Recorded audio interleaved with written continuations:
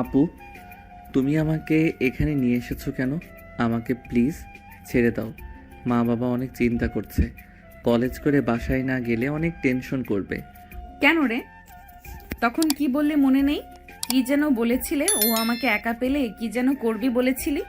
আমার watch figure আমাকে দেখলে তোর আদর করতে মন চায় কেন? এখন তো এক রুমে দরজাটাও বাইরে থেকে লাগানো, আয় আদর কর। আপু, তোমাকে তখন ওই কথা বলতে চাইনি। বন্ধু বান্ধবের পাল্লায় পড়ে বলেছি, প্লিজ ক্ষমা করে দাও। আর কখনোই তোমাকে বলবো না। এবারের মতো মাফ করে দাও প্লিজ। মাফ কর, মাফ? আর আমি আজ পর্যন্ত কখনো কেউ আমার কাছে মাফ চেয়ে পাইনি, তুইও পাবি না। যা বলতে বলেছি তাই কর, না হলে জ্যান্ত আর বাসায় যেতে পারবি না। ভুলে যাস না আমি কিন্তু নেতার মেয়ে। আমার বাবাকে দেখে এই শহরের সবাই ভয় পায়। নেহার কথা শুনে স্বাধীন অনবরত ঘামতে লাগে। নেহা স্বাধীনের কাছে এসে টিস্যু দিয়ে স্বাধীনের মুখ থেকে ঘাম মুছে দিতে লাগে। কিরে, তুই এভাবে ঘুমাচ্ছিস কেন? যেখানে ঘুমাবো আমি সেখানেই তুই ঘুমাচ্ছিস। প্লিজ আপু, আমাকে ক্ষমা করে দাও। তখন আমি ওই কথাটা বলার জন্য সরি তো বলছি। প্লিজ ছেড়ে দাও। আমি ছোট্ট একটা বাচ্চা। আমার সঙ্গে এসব কাজ করতে তোমার বিন্দুমাত্র বাচ্চা না। ওরে আমার ছোট বাবুটা, বাবু তখন তো আমার দিকে তাকিয়ে এইসব কথা বলতেছিলে। তখন মনে ছিল না তুমি ছোট বাবু, আমি তোমার সিনিয়র, আমার দিকে নজর দেওয়া তোমার ঠিক হয়নি। এখন এইসব শুনতে চাচ্ছি না। যা করতে বলেছি কর, না হলে তুই কিন্তু জ্যান্ত বাসায় ফিরতে পারবি না, তোর মরদেহ বাসায় ফিরবে। নেহার কথায় স্বাধীন অনবরত ঘামতে লাগে। ধীরে ধীরে পিছনের দিকে যেতে লাগে। নেহাই স্বাধীনের দিকে আসতে লাগে। এক পর্যায়ে স্বাধীন গিয়ে দেওয়ালের সঙ্গে পিঠ ঠেকে যায়। আর কোনো রাস্তা খোলা নেই তার জন্য। নেহা স্বাধীনের কাছে এসে স্বাধীনের দুহাত মুষ্টিবদ্ধ করে ফেলে। কিরে, কাঁপছিস কেন ভাই? আমি তো নিজেই তোর কাছে ধরা দিয়েছি, আমাকে আর জোর করে ওইসব করতে হবে না, আয়। দেখো আপু, আমাকে যেতে দাও। না হলে উল্টাপাল্টা কিছু করে ফেললে আবার বাবুর মা হয়ে গেলে আমাকে দোষ দিতে পারবে না। আরে আমি তো এটাই চাচ্ছি তোর কাছ থেকে, বুঝতে পারছিস না? শুরু কর, বাবুর মা বানিয়ে দিয়ে দেখি তোর কত জোর। কথাটা বলে নেহা স্বাধীনের হাত ছেড়ে দেয় এবং নিজের উপর থেকে ওড়না সরিয়ে ফেলে। স্বাধীন নিচের দিকে তাকিয়ে থাকে। নেহা স্বাধীনের ঘাড় উঁচু করে স্বাধীনের ঠোঁটে অনবরত নেহা তার হাত দিয়ে স্লাইড করতে লাগে, স্বাধীনকে উত্তেজিত করতে লাগে। স্বাধীন নিজেকে আর কন্ট্রোল করতে না পেরে নেহাকে শক্ত করে জড়িয়ে ধরে। স্বাধীনের এই রূপ দেখে নেহা ভয় পেয়ে যায়। স্বাধীনের দিকে বড় বড় চোখ করে তাকায়, কিন্তু সেই দিকে স্বাধীনের কোনো হেলদোল নেই। আরে কি করছিস? ছাড় দেখি, তোকে ভয় দেখানোর জন্য এখানে নিয়ে এসেছি। প্লিজ উল্টোপাল্টা কিছু করিস না, ছেড়ে দে আমাকে। অনেকবার বলেছি, আপনি আমার কোনো কথাই শুনেননি। এখন আমাকে উত্তেজিত করে উল্টাপাল্টা কথা বলা হচ্ছে। ওয়েট, দেখাচ্ছি। তারপর স্বাধীন নেহাকে ছেড়ে দিতে নেহা দৌড় দিয়ে বের হতে যায় দরজা দিয়ে। স্বাধীন দৌড়ে দরজার কাছে গিয়ে ভেতর থেকে লাগিয়ে দেয়। তারপর নেহাকে পাজা করে তুলে খাটের উপর নিয়ে এসে ফেলে দেয়।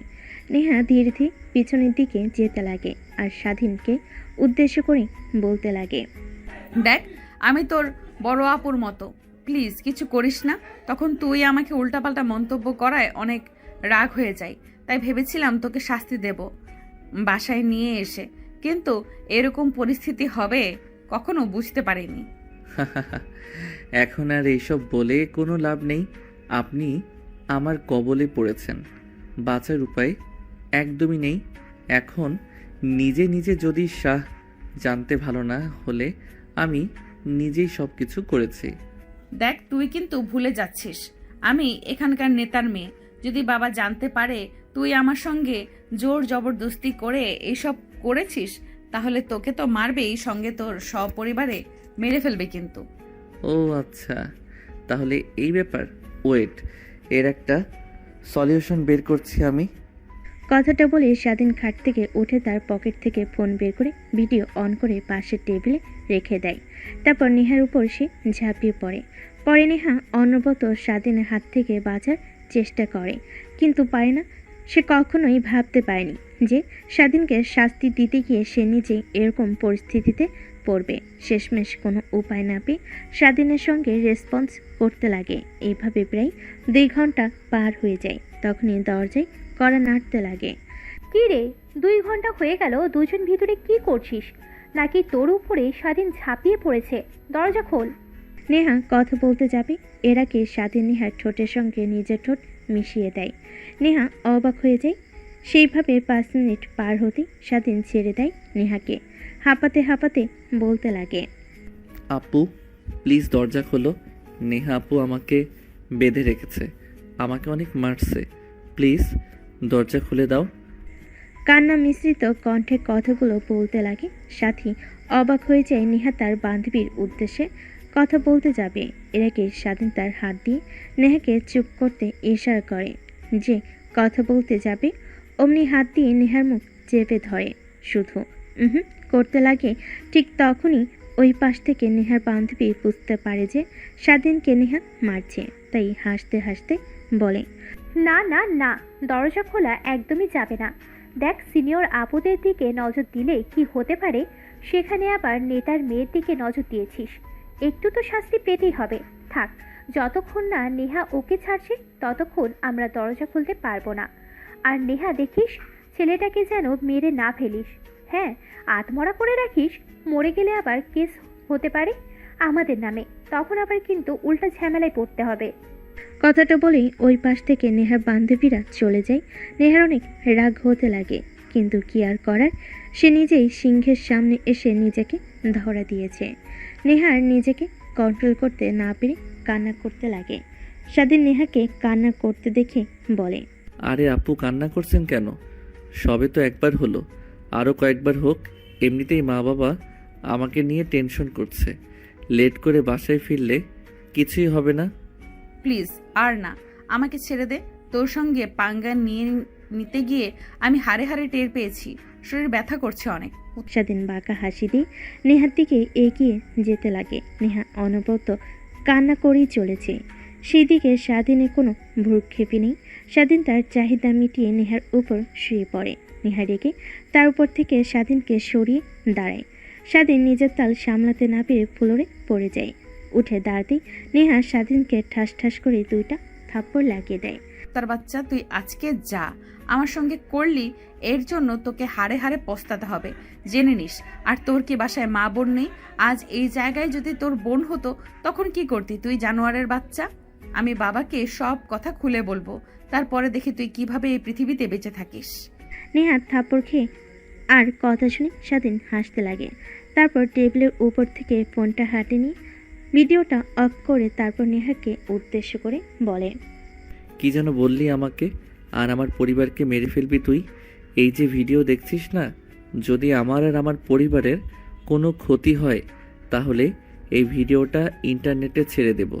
তারপর দেখব তুই আর তোর বাবা এই সমাজে কিভাবে মুখ দেখাস। যা হয়েছে সব ভুলে যা, মনে করেন এটা কালো অধ্যায়। কথাটা বলতে বলতে স্বাধীন তার নিজের শার্ট প্যান্ট ফ্লোর থেকে নিয়ে পরিধান করে নেয়। অন্যদিকে নেহা বিছানার চাদর জড়িয়ে নিজের শরীরের সঙ্গে অঝরে কান্না করছে। স্বাধীন সেই দিকে আর না দেখে দরজার লক খুলতেই দেখে দরজা খোলা। তারপর বাইরে চলে আসে, দেখে নেহার বান্ধবীরা সবাই দরজার সামনে দাঁড়িয়ে আছে। কি রে, তুই বাহিরে আসলি যে? ও আচ্ছা, নেহার তাহলে তোকে মারা শেষ হয়ে গেছে? কি মেরেছে, এখনো তো অক্ষত রয়েছিস তুই। আমি নেহার জায়গায় থাকলে তোকে একদম মেরে আত্মরা করে ফেলতাম।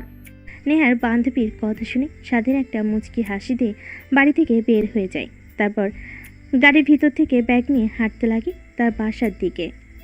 অনেক রাত হয়ে গেছে। ফোনটা হাতে নিয়ে পাওয়ার অন করে দেখে রাত 11টা বাজছে। সঙ্গে সঙ্গে দেখে তার বাবার অনেকগুলো মিসড কল এসেছে।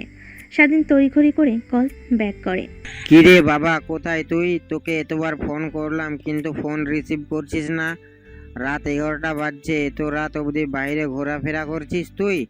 জলদি বাসায় আয়, কত চিন্তা করছি আমি আর তোর মা। তাড়াতাড়ি বাসায় আয় বাবা। টেনশন করো না, আমি তাড়াতাড়ি চলে আসছি। এক বন্ধুর বাসায় গিয়েছিলাম, ও ইনভাইট করেছিল ওর বার্থডে পার্টিতে, তাই ফোন পকেটে রেখেছিলাম সাইলেন্ট করে, তাই তোমার ফোন কল দেখতে পাইনি। আমি রওনা দিয়েছি, একটু পরে বাসায় চলে আসব, টেনশন করো না। তারপর স্বাধীন ফোন রেখে দেয়। অন্যদিকে নেহার বান্ধবীরা স্বাধীনের বাঁকা হাসি কারণ বুঝতে পারল না। রুমের মধ্যে উকি মেরে দেখে নেহা বিছানার চাদর জড়িয়ে ধরে কান্না করছে। নেহার বান্ধবীরা যা বোঝার বুঝে ফেলে, দৌড়ে নেহার কাছে এসে বলে, তোকে আগেই বলেছিলাম ছেলেটা ভালো না, ওকে নিয়ে এসব করিস না। বললি না একটু ভয় দেখাবি, এখন নিজের কি অবস্থা করেছিস ভাবতে পারছিস? এবার তোকে কে বিয়ে করবে? তোর বাবা যদি জানতে পারে তাহলে কি হবে জানিস? এই বিষয়টা যদি বাহিরের লোক জানাজানি হয়ে যায় তাহলে তুই আর আঙ্কেল মানুষের সামনে মুখ দেখাতে পারবি না। এই কুত্তার বাচ্চাকে আমি ছাড়বো না। ওর একদিন কি আমারে যে কয়দিন লাগে, ওর ইনফরমেশন বায়োডাটা সব আমি এখনই চাই। আর তোরা রুম থেকে চলে যা, আমি একটু একা থাকতে চাই। দেখ যা হবার তা হয়েছে, এটা নিয়ে ভেবে আর কোনো লাভ নেই। এখন ভাবতে হবে ওকে কিভাবে শায়েস্তা দেওয়া যায়। আর হ্যাঁ, উল্টোপাল্টা কোনো চিন্তা যেন মাথায় না আনিস। কথাটা বলেই নেহার বান্ধবীরা রুম থেকে বেরিয়ে আসে। নেহা গিয়ে দরজা লাগিয়ে দেয়। তারপর ওয়াশরুমে গিয়ে শাওয়ার ছেড়ে নিচে দাঁড়িয়ে অঝরে কান্না করতে লাগে। কুত্তার বাচ্চা, তোর কারণে আজ আমার এই অবস্থা। তোকে যে কি করব আমি নিজেও ভাবতে পারছি না। আর ওর কি দোষ? করা জায়গায় যে কোনো ছেলে থাকলেই এই কাজটাই করত। আমারই উচিত হয়নি ওর সামনে গিয়ে এই ব্যবহার করা। নেহা, তুই কিভাবে পারলি একটা ছেলের সামনে গিয়ে ওকে উত্তেজিত করে নিতে? এখন নিজে ওকে দোষারোপ করছিস। স্বাধীন যেখানে স্পর্শ করেছিল প্রত্যেকটা স্থানে সাবান দিয়ে শক্ত করে ডলতে লাগে আর কান্না করতে লাগে। নেহার কথাগুলো নিজেই নিজে ভাবছিল আর মাথায় আঘাত করছিল। দেখতে দেখতে ফ্রেশ হয়ে গোসল করে ওয়াশরুম থেকে বের হয়ে আসে। তারপর পোশাক পরিধান করে বাইরে আসে। দেখে তার বান্ধবীরা ল্যাপটপ অন করে কি যেন করছে। নেহা তাদের পাশে গিয়ে বসে, নিজেকে সামনে বলে, কিরে, কি হয়েছে? সবাই হুমড়ি খেয়ে ল্যাপটপে কি দেখছিস এভাবে? স্বাধীনকে? ও তোর ধর্ষণকারীকে? মানে? কথাটা বলে নেহা তার বান্ধবীদেরকে সরিয়ে সোফায় বসে পড়ে। দেখে সবাই স্বাধীনের ফেসবুক আইডিতে ঢুকে ওর পিক দেখছে। নেহা স্বাধীনের পিকগুলো দেখে যথারীতি ক্রাশ খেতে লাগে একের পর এক। কিরে, তুই ওর দিকে আবার এইভাবে তাকিয়ে আছিস কেন? ল্যাপটপের মধ্যে থেকে বের করে আবার মারবি নাকি ওকে? যদি পারতাম তাই করতাম আমি। আচ্ছা, এত রাত হয়ে গেল, আঙ্কেলকে তো দেখছি না, কোথায় গিয়েছে আঙ্কেল? বাবা দেশে নেই, ব্যবসার কাজে বিদেশে গিয়েছে। ফিরতে এখনো মাস দুয়েক লাগবে। আর তোরা তোদের ফ্যামিলিকে ফোন করে বলে দিয়েছে যে আমার বাসায় আছিস। গ্রুপ স্টাডির কথা বল। তোকে আর বলতে হবে না, আমরা সেটা আগেই বলে দিয়েছি, কারণ জানি তোর পাশে গেলে আমাদের রাতে না রেখে আসতে দিবি না, তাই বলে দিয়েছি। তা এখন কি করবি? ওর অনেক ক্ষুধা পেয়েছে, কিছু খাবার আছে কি বাসায়? তারপর নেহা কাজের বুয়াকে খাবারগুলো গরম করে দিতে বলে। তারপর নেহা তার বান্ধবীদের সঙ্গে আড্ডা দিতে লাগে আর ভাবতে লাগে কিভাবে নেহা স্বাধীনকে সাহায্য করবে। অন্যদিকে স্বাধীন বাসে গিয়ে দরজায় কলিং বেল দিতে স্বাধীনের মা এসে দরজা খুলে দেয়। তারপর রুমের মধ্যে প্রবেশ করে সোফায় গিয়ে বসে স্বস্তির একটা নিঃশ্বাস ফেলে। পাশ থেকে স্বাধীনের মা বলে, 7 দিন হলো না এখানেই নতুন এসেছে, আর এর মধ্যেই বন্ধু বানিয়ে ফেলেছিস। আবার ওর বাসায় গিয়ে বার্থডে পার্টি করিস। একটাবার ফোন করে বলবি না যে বাসায় মা বাবা আছে, অনেক চিন্তা করছে তোকে নিয়ে? সরি মা, আসলে খেয়াল ছিল না আমার। আচ্ছা, খাবারের জন্য কিছু আছে, আমার জন্য বেড়ে আমার রুমে নিয়ে আসো, ফ্রেশ হতে হবে। কথাটা বলে স্বাধীন সোফা থেকে উঠে রুমে চলে যায়। ব্যাগটা খাটের উপর রেখে গামছা আর প্যান্ট শার্ট নিয়ে ওয়াশরুমে চলে যায়। তারপর ফ্রেশ হতে লাগে। ঠিক তখনই নেহার কথা ভাবতে লাগে। আসলে নেহার সঙ্গে কাজটা করা ঠিক হয়নি। কালকে কলেজে গিয়ে সরি বলতে হবে। আবার যদি উল্টাপাল্টা কিছু করে ফেলে তার ফ্যামিলির সঙ্গে কিংবা তার সঙ্গে, এসব ভাবছিল। তারপর গোসল করে ওয়াশরুম থেকে বের হয়ে এসে দেখে টেবিলের উপর ভাত রেখে গিয়েছে তার মা। তারপর খাওয়া দাওয়া করে খাটের উপর শুয়ে ঘুমানোর চেষ্টা করতে লাগে, কিন্তু তার দু চোখে কোনো ঘুম ধরা যায় না। বারবার নেহার কথা মনে আসতে লাগে। তারপর স্বাধীন ফোন বের করে ফেসবুকে গিয়ে নেহার নাম লিখতে আইডি চলে আসে। তার প্রোফাইলে ঢুকে একের পর এক ছবি স্ক্যান করতে লাগে। স্বাধীনে কেন জানি নেহার প্রতি অনেক মায়া কাজ করতে লাগে। তারপরে মেসেঞ্জারে গিয়ে আইডিতে হাই লিখে মেসেজ করে। অন্যদিকে নেহার বান্ধবীরা সবাই স্বাধীনের প্রোফাইল ভিজিট করে পিক দেখছিল। ঠিক তখনই মেসেজ দেখে সবাই অবাক হয়ে যায়। তারপর নেহার বান্ধবী গিয়ে মেসেজ ওপেন করে রিপ্লাই দিতে যাবে, এর আগেই নেহা বলে, দেখ উল্টাপাল্টা একদম কিছু লিখবি না, ঠিক আছে? কি রে, দেখছি তোর স্বাধীনের প্রতি এত কেয়ারিং দেখাচ্ছিস কেন? কি হয়েছে? নাকি দুর্বল হয়ে গেলি? তুই ভালোবেসে ফেললি নাকি? দেখ কি বলছিস? ভালোবাসা, তাও আবার ওর মতো ছোট লোকের বাচ্চাকে? কখনোই না। বাবা একবার দেশে আসুক, তারপর দেখ ওর অস্তিত্ব খুঁজে পাস কিনা তোরা। সেই অপেক্ষাতেই রইলাম, দেখি তুমি কি করো। আবার যেন মন মতোই ক্ষতি না পাল্টাই তোর। নেহার অনেক রাগ হতে লাগে তার বান্ধবীদের কথা বলার ধরন দেখে, কিন্তু কিছুতেই বুঝতে দেয় না। তারপর ল্যাপটপটা বন্ধ করে ঘুমোতে যেতে বলে সবাইকে। তারপর সবাই একসঙ্গে ঘুমিয়ে পড়ে। মেসেজের অপেক্ষা করতে লাগে, কোনো তো রিপ্লাই না পেয়ে সে মনমরা হয়ে ঘুমিয়ে পড়ে। পরের দিন সকালবেলা স্বাধীন ঘুম থেকে উঠে ফ্রেশ হয়ে খাবার দাবার খেয়ে কলেজের উদ্দেশ্যে বেরিয়ে পড়ে। বাসার বাহিরে এসে রিক্সার জন্য অপেক্ষা করতে লাগে, কিন্তু রিক্সা পায় না। ঠিক তখনই সামনে দিয়ে নেহা তার প্রাইভেট কার নিয়ে যাচ্ছিল। পাশে স্বাধীনকে দেখে রীতিমতো অবাক হয়ে যায়, কিন্তু গাড়ি দাঁড় না করিয়ে সোজা চলে যেতে লাগে। একটু পর স্বাধীন রিক্সা পেয়ে যায়। তারপর রিক্সা করে কলেজে চলে আসে। রিক্সার ভাড়া মিটিয়ে কলেজে প্রবেশ করতে দেখে নেহার বান্ধবীরা যেখানে বসে আড্ডা দিত সবাই ওইখানে বসে আছে। স্বাধীন যেতে নিলে তখনই পাশ থেকে একটা ছেলে বলতে লাগে, ওই এদিকে আয়, শোন। স্বাধীন বাধ্য ছেলের মতো ছেলেটার কাছে গিয়ে দাঁড়ায়। তারপর ছেলেটা স্বাধীনকে পর্যবেক্ষণ করে বলে, এই কলেজে কি নতুন? তোকে তো এর আগে কখনো দেখিনি। হ্যাঁ ভাই, নতুন বাবা।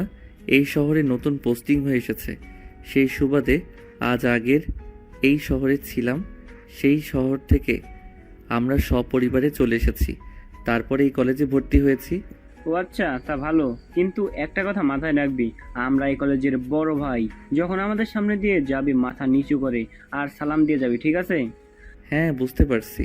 তাহলে এখন একটা কাজ কর, ওই যে দেখছিস মেয়েগুলো, ওর মধ্যে যে একটা মেয়ে টি শার্ট পরে আছে, শার্টের বোতাম খোলা, ওই মেয়ের কাছে গিয়ে তুই প্রপোজ করবি আর বলবি তোমার সঙ্গে রুম ডেট করতে চাই। ছেলেটার দেখানো ইশারা অনুযায়ী স্বাধীন সেদিকে যেতে লাগে। দেখেন নেহার পাশে বেশ কিছু মেয়ে বসে থেকে আড্ডা দিচ্ছেন। কিরে, তাকে কি ভাবছিস? যা গিয়ে প্রপোজ করবি, আর আমি যেটা বললাম সেটা বলবি, ঠিক আছে? তা না হলে তোকে বড় ভাইদের কথা না মানার কারণে কলেজে পোলাপানদের দিয়ে অনেক মারাবো বলে দিলাম। স্বাধীন বুঝতে পারে ভাইদের কথা না শুনলে তাকে অনেক মার খেতে হবে, তাই ছেলেটার দেখানো মেয়েদের অনুযায়ী স্বাধীন এগিয়ে যায়। তারপর সেখানে থাকা মেয়েটার কাছে গিয়ে হাঁটু গেড়ে হাতে একটা ফুল নিয়ে মেয়েটার দিকে তাকিয়ে ছেলেটার বলা কথাগুলো বলতে লাগে। সেখানে প্রত্যেকটা মেয়ে অনেক রেগে যায়। নেহার বান্ধবীরা কথাটা শুনে অনেক অবাক হয়। তারপর মেয়েটা স্বাধীনের গলা চেপে ধরে ঠাস ঠাস করে থাপ্পড় মেরে বলতে লাগে, ফকিন্নির বাচ্চা, তুই আমাকে চিনিস? আমি কে? তোর সাহস কি করে হয় আমাকে এই সকল কথাবার্তা বলতে? কি বলি? আমার সঙ্গে রুম ডেট করবি? ফকিন্নির বাচ্চা, সাহস কত? তুই আর জানিস আমি কে? আমার বাবার এই কলেজের প্রিন্সিপাল। যদি বলি তোকে ঘাড় ধাক্কা দিয়ে এই কলেজ থেকে বের করে দেবে, আর আমার কাছে এসে উল্টোপাল্টা কথা বলিস তুই? স্বাধীন আগে থেকে বুঝতে পারছিল যে তার সঙ্গে এরকম কিছু হবে। ঠিক তখনই সেই ছেলেগুলো সেখানে হাজির হয়। ধীরে ধীরে পুরো কলেজে থাকা স্টুডেন্টগুলো তাদের দিকে তাকিয়ে থাকে। ছেলেটা এসে মেয়েটার সামনে দাঁড়িয়ে বলে, কিরে সাথী, কি হয়েছে? এই ফকিন্নির বাচ্চা তোকে উল্টাপাল্টা মন্তব্য করেছে, তাই না? আপু, বিশ্বাস করেন, আমি বলতে চাইনি। এই ভাইয়াটা আমাকে বলতে বলেছে আপনাকে কথাগুলো, না হলে আমাকে নাকি কলেজের পোলাপানদেরকে দিয়ে মায়ের খাওয়াবে। তাই আমি ভয় পেয়ে আপনাকে এই কথাগুলো বলেছি। প্লিজ ক্ষমা করে দাও আমাকে। কি? আমি সাথীকে এইসব কথা বলতে বলেছি? হ্যাঁ, কুত্তার বাচ্চা, আমার নিজের দোষ করে আবার আমার নামে চাপিয়ে দিচ্ছিস? তোর খবর আছে। এই তোরা দেখছিস কি? মার শালাকে। কথাটা বলতে যত দেরি স্বাধীনকে সবাই মারতে তত দেরি করে না। এক এক করে প্রত্যেকটা ছেলে সে স্বাধীনকে মারতে লাগে। তারপর ছেলেটা হকি স্টিক নিয়ে স্বাধীনকে মারতে লাগে। স্বাধীনের মাথায় আঘাত পড়তেই স্বাধীন অজ্ঞান হয়ে মাটিতে লুটিয়ে পড়ে। পাশ থেকে চিৎকার দিয়ে নেহার বান্ধবীরা নেহাকে জড়িয়ে ধরে বলে, উচিত শিক্ষা পেয়েছে কুত্তার বাচ্চা, ওকে এই শাস্তি দেওয়াই উচিত ছিল। সবাইকে আজে বাজে মন্তব্য করা, তোকে করেছে কাল, আজ প্রিন্সিপাল স্যারের মেয়েকে, উচিত শিক্ষা পেয়েছে। এই তোরা ওকে আরও মার। স্বাধীন অজ্ঞান হয়ে যাওয়ার শেষ অবধি নেহার দিকে করুণ দৃষ্টিতে তাকিয়ে থাকে। তাকে বাঁচানোর শেষ অবলম্বন ইচ্ছা নেহার কেন জানি অনেক খারাপ লাগতে লাগে, কিন্তু কি আর করবে। সে এখন যদি স্বাধীনকে সাহায্য করে তাহলে তার বান্ধবীরা উল্টাপাল্টা কথা বলবে। মারতে মারতে স্বাধীনের নাক মুখ দিয়ে রক্ত বের হতে লাগে। প্রিন্সিপাল স্যার ম্যাডাম এসে সকলকে সরে যেতে বলে স্বাধীনের এই করুণ দশা দেখে সবাই ভয় পেয়ে যায়। ছেলেটাকে এমনভাবে মেরেছে যে হাত পা দিয়ে রক্ত বের হচ্ছে। নেহার কেন জানি অনেক খারাপ লাগে। আর কোনো কিছুর তোয়াক্কা না করে নেহা আর আরেকটা ছেলে স্বাধীনকে ধরাধরি করে গাড়িতে করে নিয়ে স্টার্ট দিয়ে হসপিটালের দিকে যেতে লাগে। নেহার বান্ধবীরা সবাই অবাক হয়ে যায় নেহার কাণ্ড দেখে। তারপর তারা নিজেদের মধ্যে কানাঘুষা করতে লাগে। কি রে, এর আবার কি হলো? স্বাধীনকে দেখে এরকম রিয়াক্ট করলো কেন? আরও শাস্তি পেয়েছে, ওর তো খুশি হওয়ার কথা। উল্টো নেহা ওকে নিয়ে হসপিটালে গেল। নিশ্চয়ই এর মধ্যে কোনো না কোনো কিছু আছে। নেহা স্বাধীনকে বোধহয় ভালোবেসে ফেলেছে। অন্যদিকে নেহার বান্ধবীকে নিয়ে হসপিটালে চলে আসে ডাক্তার। স্বাধীনের করুণ দশা দেখে আইসিইউতে ভর্তি করে পাশে থাকা ছেলেটা বলতে লাগে, আপু, ওরে হাল হলো কি করে, আর এইভাবে মারলো কে? তারপর নেহা সব কথা খুলে বলে। পাশে থাকা স্বাধীনের বন্ধু মাথায় হাত দিয়ে চেয়ারে বসে পড়ে। নেহা বসে পড়ে। তারপর স্বাধীনের বন্ধু নেহাকে বলতে লাগে, আপু, বিশ্বাস করবেন কিনা তা জানি না, আমি স্বাধীনের সঙ্গে সে ছোট্টবেলা থেকে বন্ধুত্ব, কখনো কোনো মেয়ের দিকে বাজে দৃষ্টিতে তাকাই নাই, সবসময় প্রত্যেকটা মেয়েকে সম্মান করেছে। আমি শিওর দিয়ে বলতে পারবো যে স্বাধীন কারোর চাপে পড়ে এই কথাটা বলেছে। ও ওই রকম ছেলেই না যে সকলের সামনে গিয়ে প্রপোজ করবে, তাও আবার বাজে কথা বলে। তারপর নেহা স্বাধীনের বন্ধুর সঙ্গে টুকটাক কথা বলছিল। ঠিক তখনই সেখানে আবির্ভাব ঘটে ডাক্তারের। কিছু ফর্মালিটি পূরণ করতে বলে, কিন্তু এখানে স্বাধীনে কেউ নেই। তাই নেহা বউ পরিচয় দিয়ে ফর্মালিটিগুলো পূরণ করে। পাশে থাকা স্বাধীনের বন্ধু অবাক হয়ে যায়। তারপর স্বাধীনের অপারেশন স্টার্ট হয়। প্রায় 1 ঘন্টা পর ডাক্তার বের হয়ে আসে। স্বাধীনের বন্ধু এগিয়ে গিয়ে বলে, আঙ্কেল, এখন কেমন অবস্থা আমার বন্ধুর? হ্যাঁ, এখন বিপদমুক্ত, কিন্তু ছেলেটাকে কে বা কারা এভাবে মেরেছে, আর একটু মারলেই তো একদম মরে যেত। মাথার অনেকটা জায়গা কেটে গেছে, হাত পা কেটে রক্ত বের হচ্ছে। রক্ত দরকার হবে। এই পজিটিভ, আমাদের ব্লাড ব্যাংকে রক্ত নেই, তুমি রক্ত জোগাড় করো। কথাটা বলার জন্যই আমি বের হয়ে এসেছি, ইমিডিয়েটলি দরকার। কিন্তু আঙ্কেল, স্বাধীনের বন্ধুর সম্পূর্ণ কথা না শুনে ডাক্তার চলে যায়। গোমরা মুখ নিয়ে নেহার কাছে আসতেই নেহা বলে, কি ব্যাপার, কি হয়েছে? স্বাধীনের এইভাবে গোমরা মুখ করে আছো, ডাক্তার কি বললো তোমাকে? আপুর রক্ত দরকার, এ পজিটিভ গ্রুপের, কিন্তু আমার তো বি পজিটিভ রক্ত, বা কারোর দেওয়া সেটাও জানে না, আর ব্লাড ব্যাংকের রক্ত নেই। ও আচ্ছা, এই ব্যাপার। আমার এ পজিটিভ রক্ত আমি দিব। তারপর নেহা স্বাধীনকে রক্ত দিতে চলে যায়। ডাক্তার টেস্ট করে নেহার শরীর থেকে 2 ব্যাগ রক্ত নিয়ে নেয়। তারপর নেহা স্বাধীনের বন্ধুকে বাই জানিয়ে হসপিটাল থেকে চলে যায় সোজা কলেজে। নেহার বান্ধবীরা নেহাকে দেখে দৌড়ে এগিয়ে এসে বলে, কিরে, তুই কলেজে এসেছিস ভেবেছিলাম, তো আবার হারিয়ে গেছিস বুঝি? ওকে নিয়ে বুঝলাম না, ওকে মেরেছে তোর খুশি হওয়ার কথা। তোর সঙ্গে ওই অনেক বাজে কাজ করেছে, আর তুই ওকে নিয়ে হাসপাতালে ভর্তি করতে চলে গেলি। হ্যাঁ, ছেলেটা আমার সঙ্গে অনেক বাজে কাজ করেছে, এটাই ঠিক, কিন্তু আমি তো আমার চোখের সামনে এই ছেলেটাকে তরপাতে মরে যাবে এটা দেখতে পারবো না। ওই জায়গাতে যদি স্বাধীন না হয়ে অন্য কোনো ছেলে থাকতো তাহলে আমি একই কাজ করতাম। কথাটা বলে নেহা ডলতে লাগে। তারপর অজ্ঞান হয়ে মাটিতে পড়ে যাবে। এর আগে নেহার বান্ধবীরা ধরে ফেলল। তারপর কলেজের হসপিটালে নিয়ে যায়। ডাক্তার নেহাকে দেখে বলে, মেয়েটার শরীর অনেক দুর্বল, তারপর আবার রক্ত দিয়েছে, এই কারণে অজ্ঞান হয়ে গিয়েছে। তোমরা একটা কাজ করো, ওকে বাসায় নিয়ে গিয়ে ভালো খাবার খাওয়ালে আগের মতো হয়ে যাবে, টেনশন করো না। ডাক্তার কিছু ওষুধ লিখে দেয়। তারপর নেহার বান্ধবীরা নেহাকে নিয়ে বাসায় চলে আসে। এভাবেই কেটে যায় বেশ কিছুদিন। 1 মাস পর স্বাধীন অনেকটা সুস্থ হয়ে যায়। স্বাধীনের বাবা মা তাকে আর এই কলেজে লেখাপড়া করাবে না এটা বলে স্বাধীন না করে দেয়। সে ওই কলেজে ছাড়া অন্য কোনো কলেজে পড়বে না। এই কয়েকদিন নেহা স্বাধীনকে একটু দেখার চেষ্টা করে না, অনেক জানতে ইচ্ছে করে স্বাধীনের পরিস্থিতির কথা। স্বাধীনের বন্ধুকেও কলেজে আসতে দেখে না নেহা। কলেজ শেষ হলে বাসায় চলে যায় নেহা। তারপর দেখতে দেখতে রাত হয়ে যায়। নেহার অনেক মনে পড়তে লাগে স্বাধীনের কথা। কেন যেন অনেক মায়া কাজ করে স্বাধীনের প্রতি। তারপর নেহার মনে পড়ে যায় স্বাধীনের দেওয়া মেসেজের কথা। তারপর মেসেঞ্জারে গিয়ে স্বাধীনকে গিয়ে মেসেজ দেয়। অন্যদিকে স্বাধীন ফেসবুক স্ক্রলিং করছিল। হঠাৎ নেহার মেসেজ দেখে অবাক হয়ে যায়, সিন করে রিপ্লাই দেয়। একটু পর নেহা ফোন করে। স্বাধীন রিসিভ করে কাঁপা কাঁপা গলে বলে, হ্যালো, আসসালামু আলাইকুম। ওয়ালাইকুম আসসালাম। তা তোর এখন অবস্থা এখন কেমন? আলহামদুলিল্লাহ অনেক ভালো। মেরে ফেলতে তো চেয়েছিলেন কিন্তু দেখেন মরে যায়নি। অনেক সুন্দর চাল চেলেছিলেন কিন্তু কেউ বুঝতেই পারিনি আপনি কাজ করেছেন।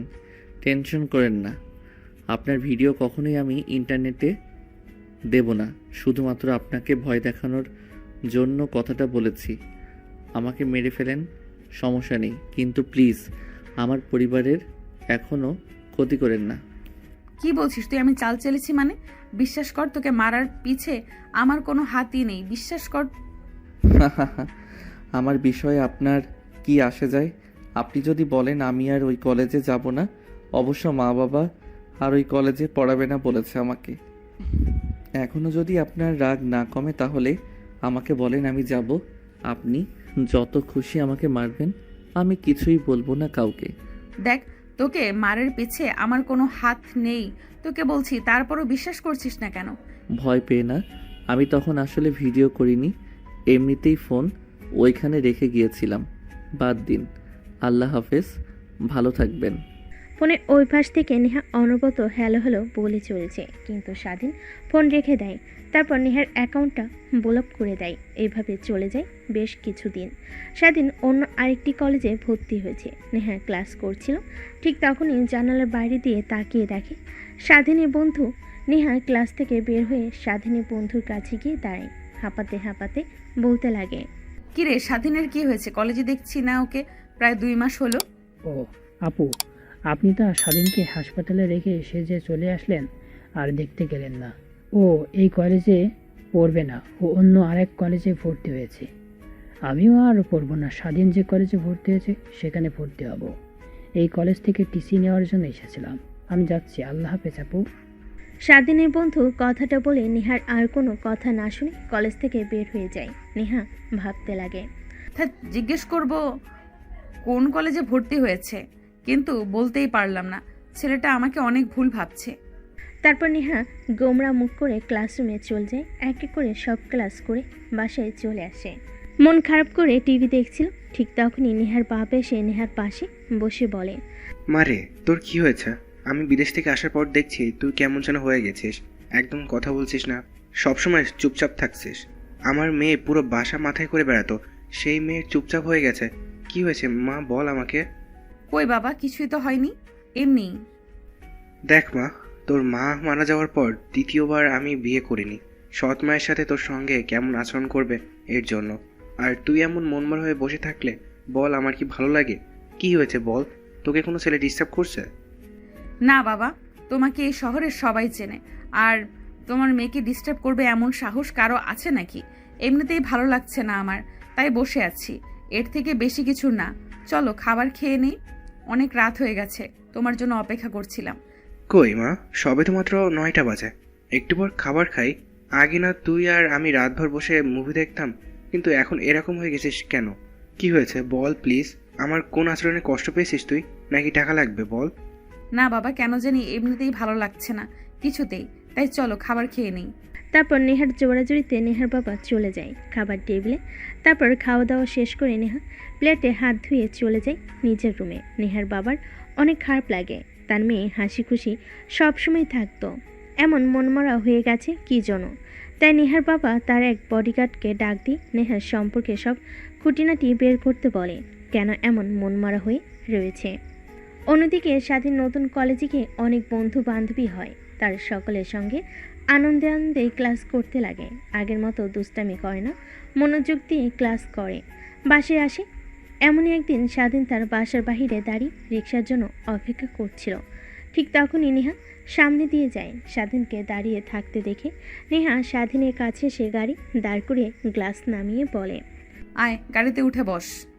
স্বাধীন মাথা নিচু করে গাড়ির মধ্যে নেহাকে দেখে অন্যদিকে তাকিয়ে থাকে। নেহার অনেক রাগ হতে লাগে, কিন্তু মিষ্টি সুরে স্বাধীনকে কি আবার ডাকে। দেখ, আমি এখানে সিনক্রেট করতে চাচ্ছি না, প্লিজ গাড়িতে উঠে বস। তোর সঙ্গে কিছু কথা বলার আছে আমার, একটু বোঝার চেষ্টা কর। বিশ্বাস কর, কথাটা বলেই আর তোকে কোনো বিরক্ত করবো না। আমি চিরতরে তোর লাইফ থেকে সরে যাব। তারপর স্বাধীন নেহার কথা শুনে গাড়িতে উঠে বসে। সামনের সিটে বসতে নেহা গাড়ি স্টার্ট দিয়ে একটা পার্কে চলে যায়। স্বাধীন বলতে লাগে, আপু, আমাকে এইখানে নিয়ে আসলেন কেন? কলেজে যেতে হবে আমাকে। একদিন ক্লাস না করলে কিছুই হবে না, কিন্তু তোকে এই কথাগুলো না বলতে পারলে বিশ্বাস কর অনেক খারাপ লাগছে আমার। তারপর নেহা আর স্বাধীন পার্কের ভিতরে গিয়ে একটা বেঞ্চিতে গিয়ে বসে পড়ে। দুজনের মধ্যে অনেকটা দূরত্ব, এই দূরত্ব থেকেও মনের দূরত্ব অনেক। ঠিক তখনই নেহা স্বাধীনের কাছে গিয়ে স্বাধীনের দুই হাত চেপে ধরে বলতে লাগে, দেখ, আমি জানি তুই আমাকে অনেক বাজে আর খারাপ মেয়ে হিসেবে চিনিস, কিন্তু বিশ্বাস কর আমি মোটেও অমন না। আর তুই ভাবছিস কলেজে যে তোকে মেরেছে ওর মধ্যে মেন ভিলেন হচ্ছে আমি, কিন্তু বিশ্বাস কর আমি কিছুই করিনি। ইভেন আমার তো তোর প্রতি কোনো ক্ষোভ নেই, কারণ আমি বুঝতে পেরেছি যে দোষটা আমারই ছিল। তোর জায়গায় ওখানে যে কোনো ছেলে থাকলে আমার সঙ্গে একই কাজ করতো। ও আচ্ছা, এই কথা তো এই কথা তা আগে বলবেন না? আমি কোনো কিছুই মনে করিনি, যা হবার তা হয়ে গেছে। আর একটা কথা, প্লিজ আমাকে ক্ষমা করে দিন ওই দিনের জন্য। আসলে নিজের ছিলাম না, আপনার সঙ্গে হুট করে ওইসব হয়ে গিয়েছে, ক্ষমা করে দিয়েন। আর হ্যাঁ, যদি পারেন তো অবশ্যই এইসব পোশাক না পরে বাঙালি মেয়েদের মতো 3 পিস আর পায়জামা পরবেন, এতে আপনাকে অনেক ভালো লাগবে। দেখ, সত্যি করে বলছি, তোকে আমি ভালোবেসে ফেলেছি, অনেক অনেক ভালোবাসি, নিজের জীবনের থেকেও বেশি। তুই যদি কিভাবে আর কেন তোকে ভালোবেসে ফেলেছি সেটা আমি নিজেও জানি না। নেহার কথা শুনে স্বাধীন হাসতে লাগে। নেহা স্বাধীনের হাসির দিকে অপলক দৃষ্টিতে তাকিয়ে থাকে। একটু পর স্বাধীন হাসি থামিয়ে দিয়ে বলে, ও রিয়েলি? কোটিপতি বাবার একমাত্র মেয়ে, ও সরি নেতার একমাত্র মেয়ে আমার প্রেমে পড়েছেন? এটা আবার নতুন প্ল্যান বুঝি আমাকে মারার জন্য? আর মারতে হবে না। হ্যাঁ, আমি ভুল করেছি, আপনার কাছ থেকে ক্ষমা চাচ্ছি। তা যদি না মানেন, আমাকে যদি বলেন পুরো বাজারের সামনে আপনার পা জড়িয়ে ধরে মাপ চাইতে, সেটাও পারবো, কিন্তু এই আজে বাজে কথা বলবেন না আর আমাকে। নেহার কেন জানি অনেক রাগ হতে লাগে। রেখে স্বাধীনকে শক্ত করে জড়িয়ে ধরে। স্বাধীন অবাক হয়ে যায়, নিমিষে যেন পুতুলের রূপান্তর হয়। স্বাধীন নেহাকে ধাক্কা দিয়ে সরিয়ে দিয়ে বলে, ধ্যাত, বাজে একটা মেয়ে। আপনার মতো মেয়েকে কখনোই ভালোবাসা যায় না। নিজে ঠিক নেই, বাবার ঠিক নেই। স্বাধীনের বলা কথাগুলো শুনে নেহার অনেক রাগ উঠে যায়। নিজের রাগকে আর কন্ট্রোল করতে না পেরে স্বাধীনের গালে ঠাস ঠাস করে থাপ্পড় লাগিয়ে দিয়ে নিজের চোখগুলো হাত দিয়ে মুছে বলে, আমারই ভুল হয়েছে, তোর মতো একটা ছেলেকে ভালোবেসেছি যে কিনা মেয়ে দেখলেই হুমড়ি খেয়ে পড়ে, দেহের লালসা। আর আমাকে তুই বলছিস আমি বাজে মেয়ে? দেখ, ভালো হয়ে যা, চাই না তোর কারণে আর কোনো মেয়ের জীবনটা নষ্ট হোক। কথাটা বলে নেহা চলে আসতে যাবে। ঠিক তখনই মাথা ঘুরে পড়ে যেতে লাগে। স্বাধীন গিয়ে ধরে ফেলে। নেহা স্বাধীনকে ধাক্কা দিয়ে দূরে সরিয়ে দিয়ে বলে, একদম তুই আমাকে টাচ করবি না, আমি বাজে মেয়ে, তাই না? স্বাধীনে কেন জানি নেহার বলা কথাগুলো তীরের মতো এসে মুখে বাঁধে। তারপর নেহাকে ছেড়ে দেয় না। স্বাধীন নেহাকে বেঞ্চের উপর বসিয়ে দেয়।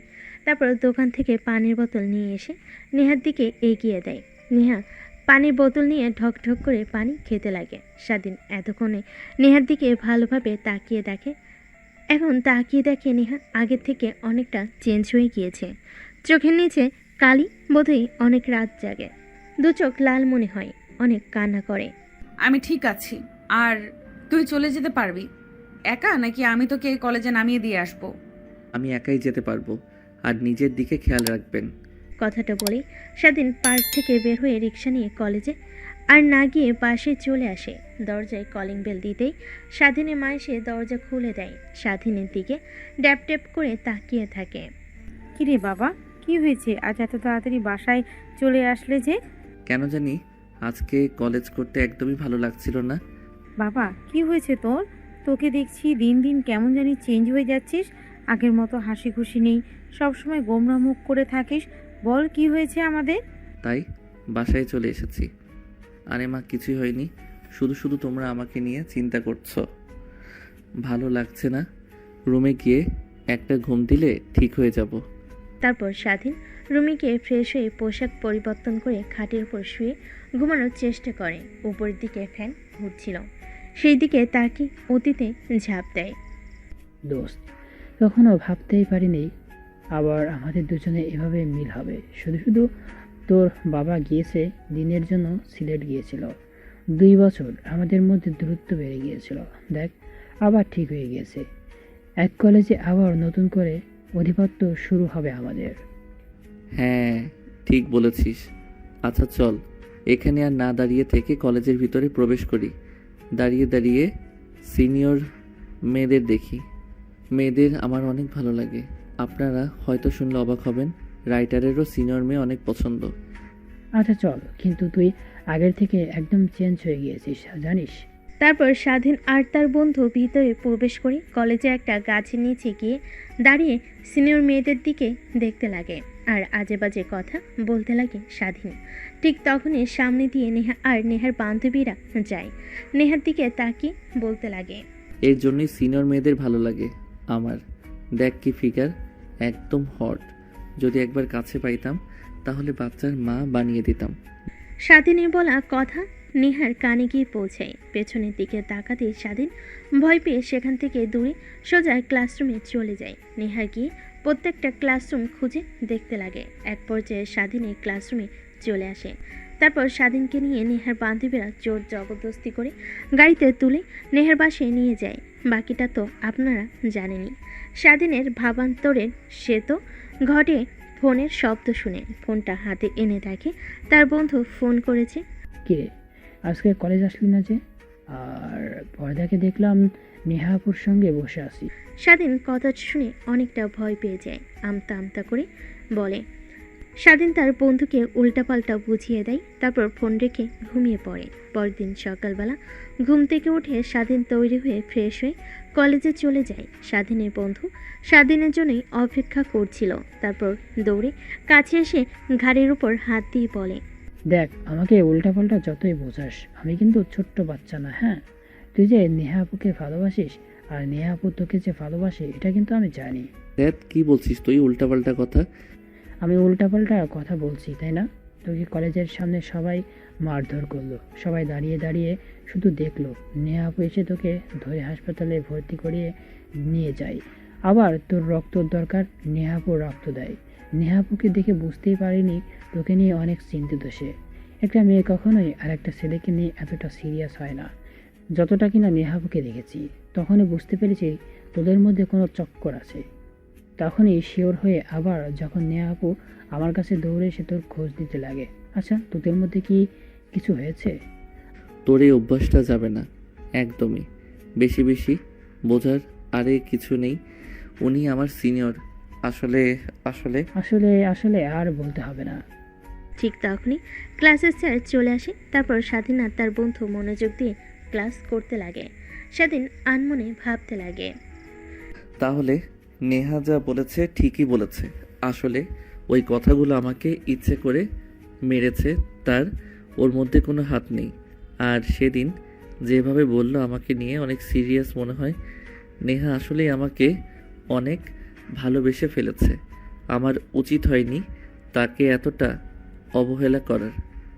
দেখা হলে ক্ষমা চেয়ে নিব, কিন্তু আমি কেন নেহাপুকে মনের কথা বলতে গিয়েও বলতে পারলাম না যে আমিও আপনাকে অনেক ভালোবাসি। স্বাধীনের বন্ধু স্বাধীনকে ভাবতে দেখে গায়ে হাত দেয়। স্বাধীনের ভাবনার সেদ ঘটে।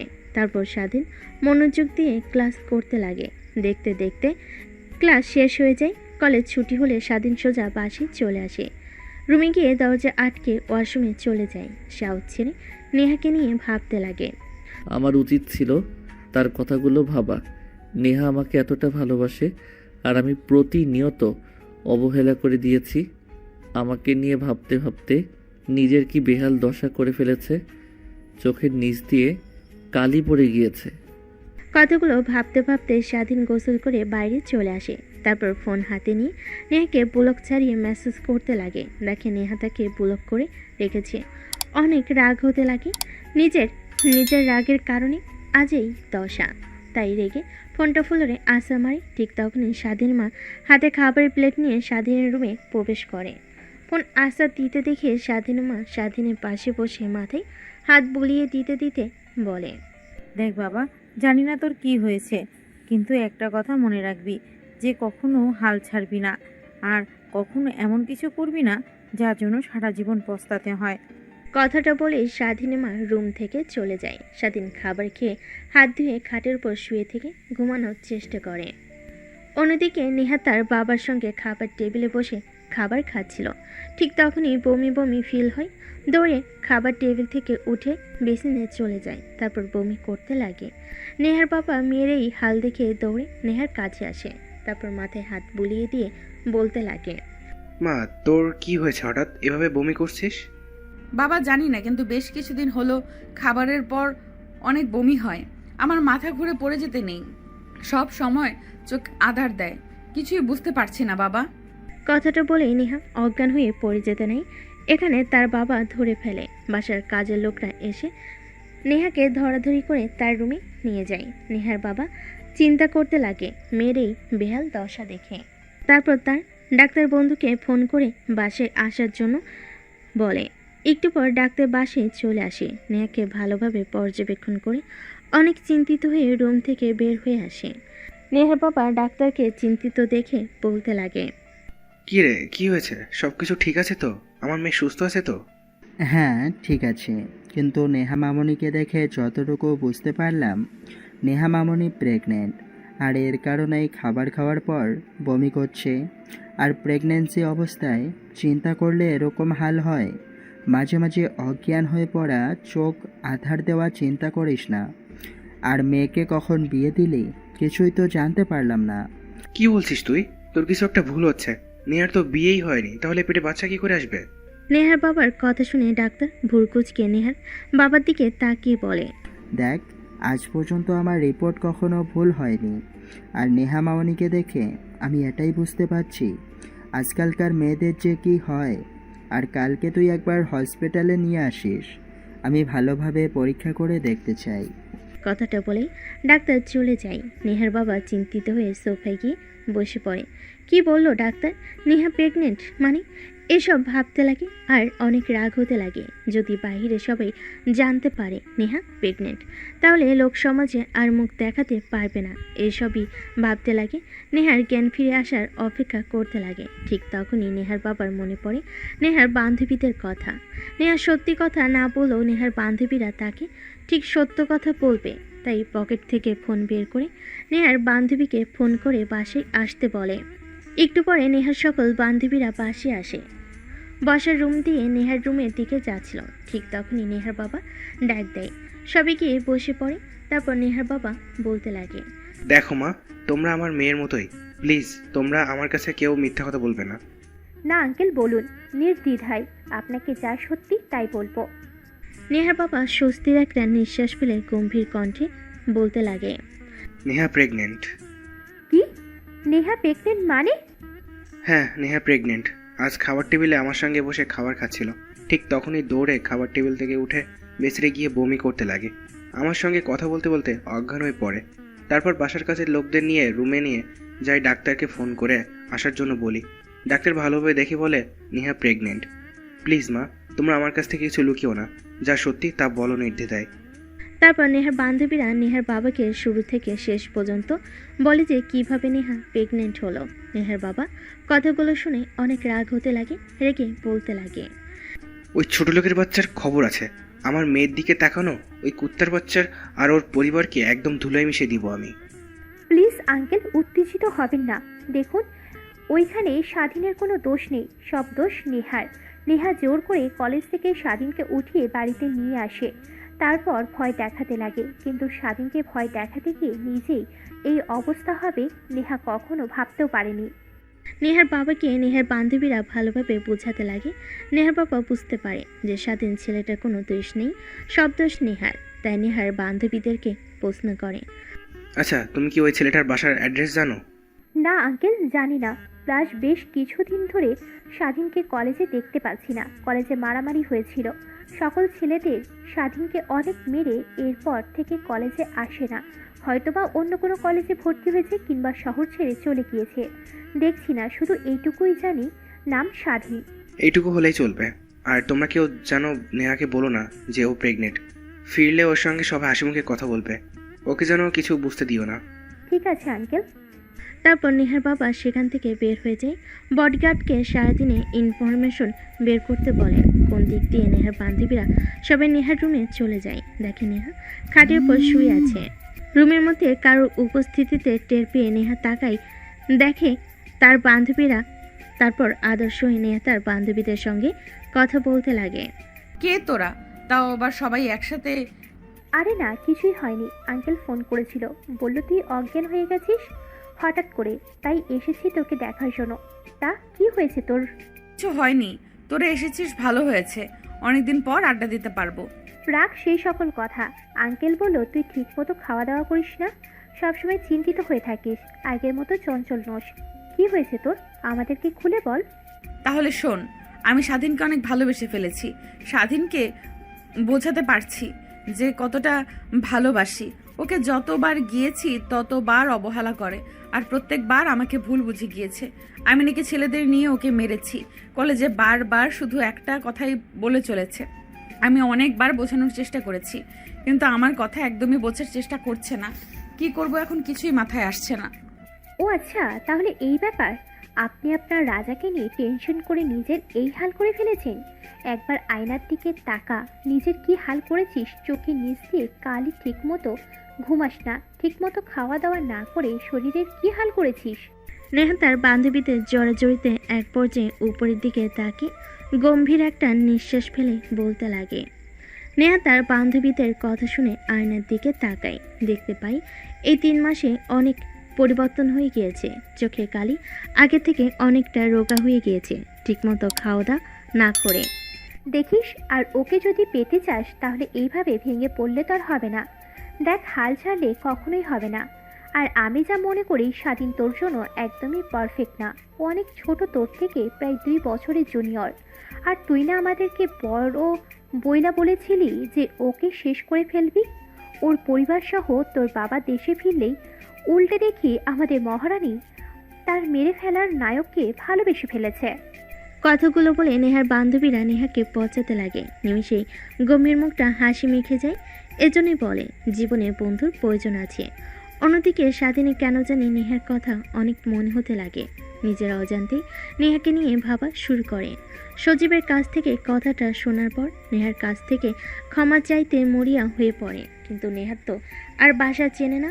কলেজের সামনে গিয়ে অনেক দাঁড়িয়েছে, কিন্তু কলেজে আর আসে না। ফেসবুক থেকে ব্লক করে রেখেছে, সব বই বন্ধ। এসবই ভাবছিল শুয়ে থেকে। ঠিক তখনই ফোন বাজতে লাগে। ফোনটা হাতে নিয়ে দেখে অচেনা একটা নাম্বার।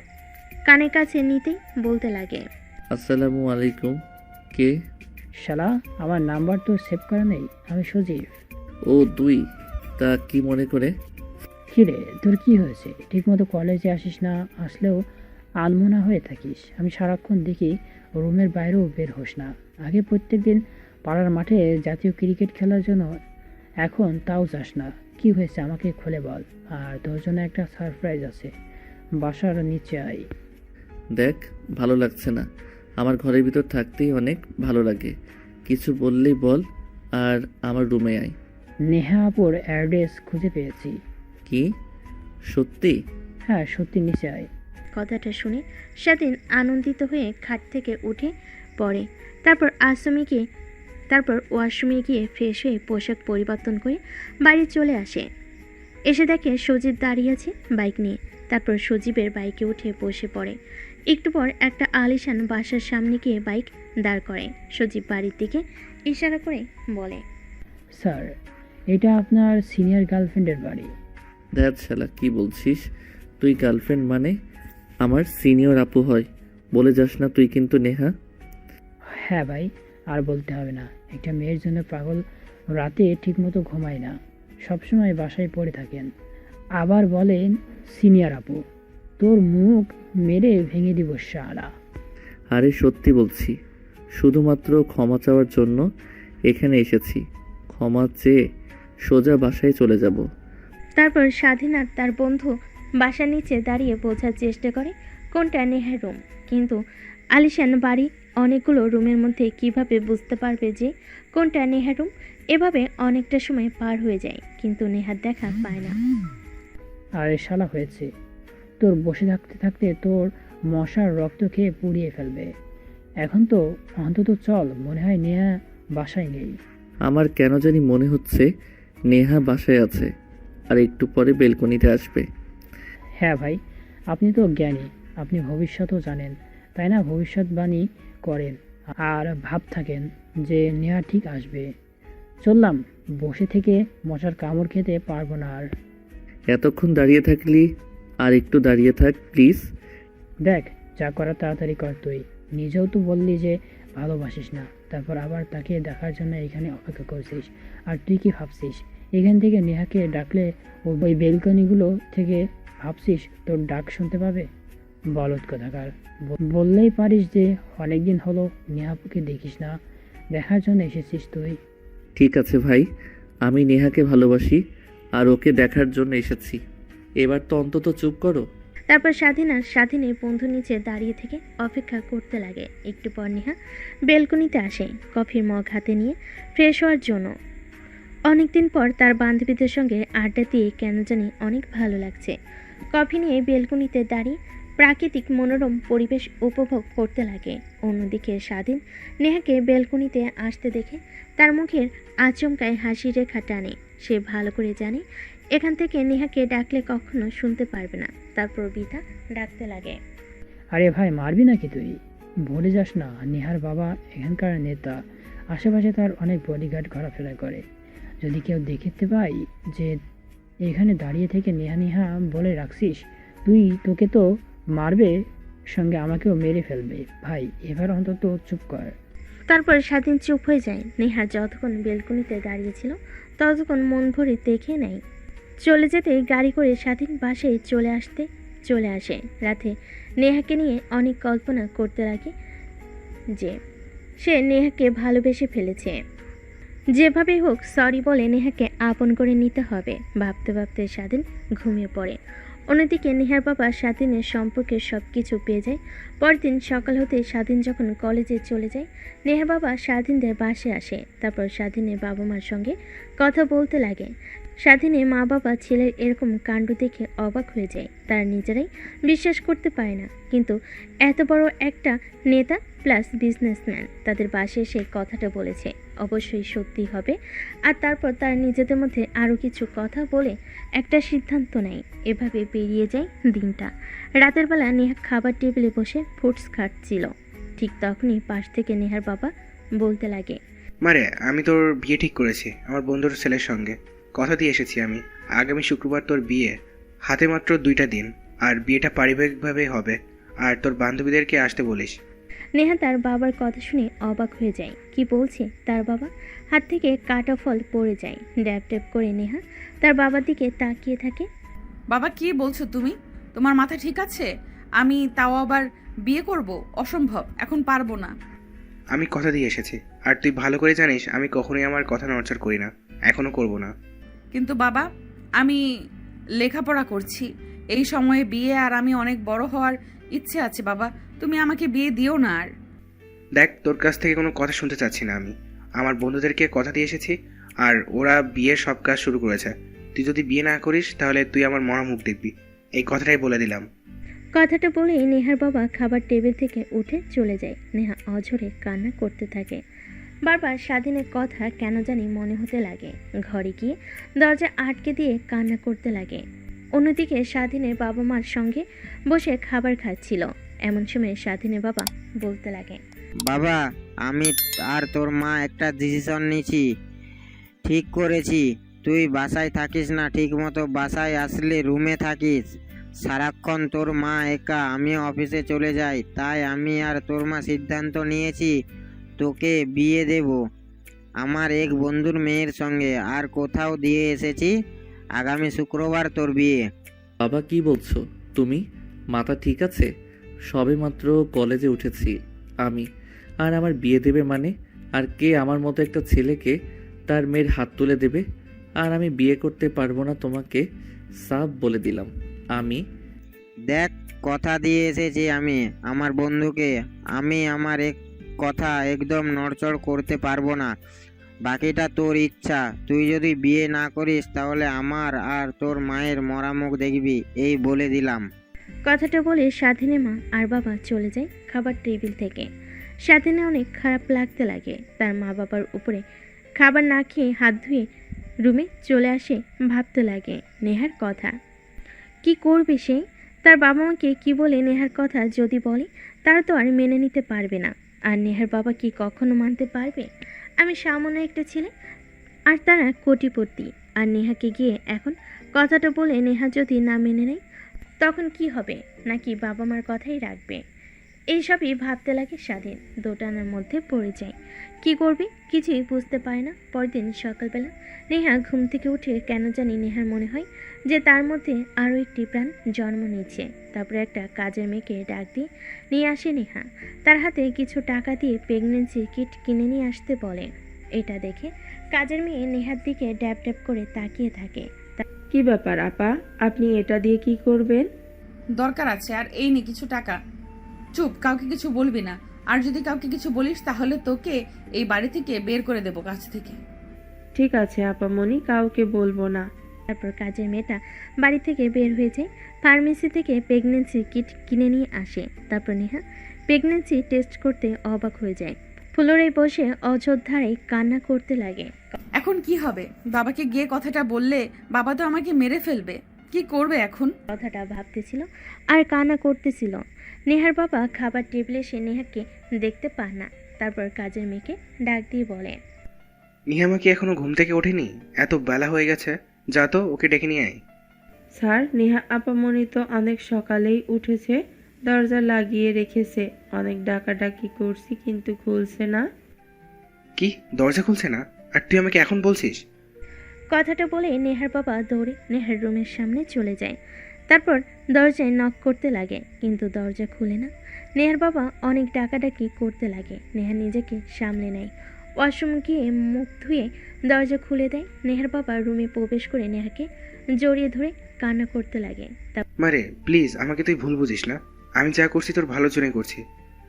বাবা, তোমাকে একটা কথা বলার আছে আমার। হ্যাঁ মা, বল। তারপর নেহার বাবা সোফায় বসে পড়ে। নেহা তার বাবার পায়ের কাছে বসে পা জড়িয়ে ধরে কান্না করতে করতে বলে, বাবা, একজনকে আমি অনেক ভালোবাসি, আর তুমি হয়তো জানলে অবাক হবে যে তার সন্তান আমার পেটে। কথাটা বলে নেহা চুপ হয়ে যায়, কারণ সে জানে তার বাবা এখন তাকে অনেক বকাবকি করবে। কিন্তু তার বাবার কোনো রেসপন্স না দেখে মুখ তুলে তাকায়। বাবা, আমি তাকে ছাড়া বাঁচবো না। প্লিজ তুমি তোমার বন্ধুর সঙ্গে বিয়ে দিও না আমাকে। নেহার কথা শুনে নেহার বাবা হা হা করে হাসতে লাগে। নেহা তার বাবার হাসি দেখে অবাক হয়ে যায়। কি ব্যাপার, তুমি হাসছো কেন বাবা? আচ্ছা, ছেলেটার নাম কি স্বাধীন? হ্যাঁ, বাট তুমি জানো কি করে? আজ পর্যন্ত তুই আমার কাছ থেকে যা চেয়েছিস তাই পেয়েছিস।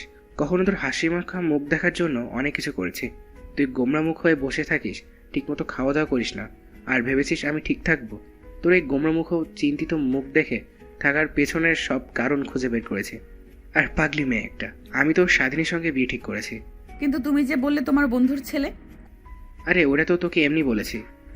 নেহা তার বাবার মুখ থেকে এরকম কথা শুনে অবাক হয়ে যায়। নিমিষে হাসি রেখা তার মুখে টেনে নেহা তার বাবাকে শক্ত করে জড়িয়ে ধরে। অন্যদিকে স্বাধীন তার বাবা মাকে অনেক করে বোঝানোর চেষ্টা করে, কিন্তু পায় না। নেহাকে নিয়েও ভাবতে লাগে। বুঝতে পারে নেহা তার কপালে নেই। তাই সে বিয়েতে রাজি হয়ে যায়।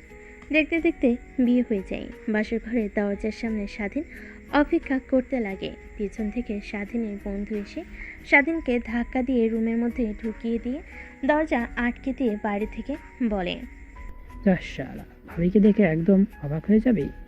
আর সকালের আগে দরজা খুলছে না, যতই চিৎকার করিস না কেন তুই। কথাটা বলে স্বাধীনের বন্ধু চলে যায়। স্বাধীন গুটিসুটি পায়ে সামনের দিকে এগিয়ে যেতে লাগে। নেহা এসে স্বাধীনের পাশ হয়ে সালাম করে। স্বাধীন নেহার কাছ থেকে অনেকখানি দূরে দাঁড়িয়ে বলতে লাগে, দেখুন, এই বিয়েতে আমার কোনো মত নেই। মা বাবা আমাকে জোর করে বিয়ে দিয়েছে আপনার সঙ্গে। প্লিজ আমার কাছ থেকে কখনো স্বামীর অধিকার আশা করবেন না। আর হ্যাঁ, আমি অন্য আরেকজনকে ভালোবাসি। কথাটা শুনে নেহা রেগে যায়। ঘুমটা সরিয়ে স্বাধীনের দিকে তাকায়। স্বাধীন মাথা উঁচু করে নেহাকে দেখতে পেয়ে অনেকটা অবাক হয়ে যায়। নেহা দৌড়ে স্বাধীনের কাছে আসে, কলার চেপে ধরে বলতে লাগে, কুত্তার বাচ্চা, আর কয়টা মেয়ের জীবন নিয়ে খেলা করবি তুই? হ্যাঁ নেহা আপু, তুমি? হ্যাঁ আমি। আর কাকে ভেবেছিলি তুই? তুই ভেবেছিস কি আমাকে ছেড়ে অন্য কাউকে বিয়ে করবি আর আমি তাকিয়ে তাকিয়ে দেখবো? আপু প্লিজ, কলার ছাড়ো। বিবাহিত স্বামীর কলার কেউ এভাবে ধরে নাকি? স্বাধীনকে আর কোনো কথা বলতে না দিয়ে নেহা স্বাধীনের ঠোঁটের সঙ্গে নিজের ঠোঁট মিশিয়ে নেয়। প্রায় 5 মিনিট পর স্বাধীনকে ছেড়ে দেয়। স্বাধীন অবাক হয়ে যায়। আপু, আমার মতো বাচ্চা ছেলের সঙ্গে তুমি এই কাজটা করতে ঠিক পারলে? স্বাধীনের কাছ থেকে আপু ডাক শুনে নেহা স্বাধীনের গালে ঠাস ঠাস করে থাপ্পড় লাগিয়ে দেয়। স্বাধীন ভাইবা চাকা খেয়ে দুগাল চেপে ধরে বলে, আপু কাকে বলছিস? হ্যাঁ আপু না, বউ বলে ডাকবি, না হলে আর কিছুদিন পর বাবুর বাবা হবি। এখনো ছোট বাচ্চা আছিস তুই। কি? হ্যাঁ, ওই দিন যে তুই আমার সঙ্গে ওটা করেছিলি, এরপর আমার পেটে বাচ্চা চলে আসে। কি বলো তুমি? এটা যদি আমার মা বাবা জানতে পারে তাহলে আমাকে তো শেষ করে ফেলবে। সবাই জানে। এইবার আয়, কতদিন ধরে তোকে মন ভরে দেখি না। কথাটা বলে নেহা স্বাধীনকে শক্ত করে জড়িয়ে ধরে, তারপর খাটের উপর ফেলে দেয়। দুজনই হারিয়ে যেতে লাগে এক ভালোবাসার অতল গভীরে।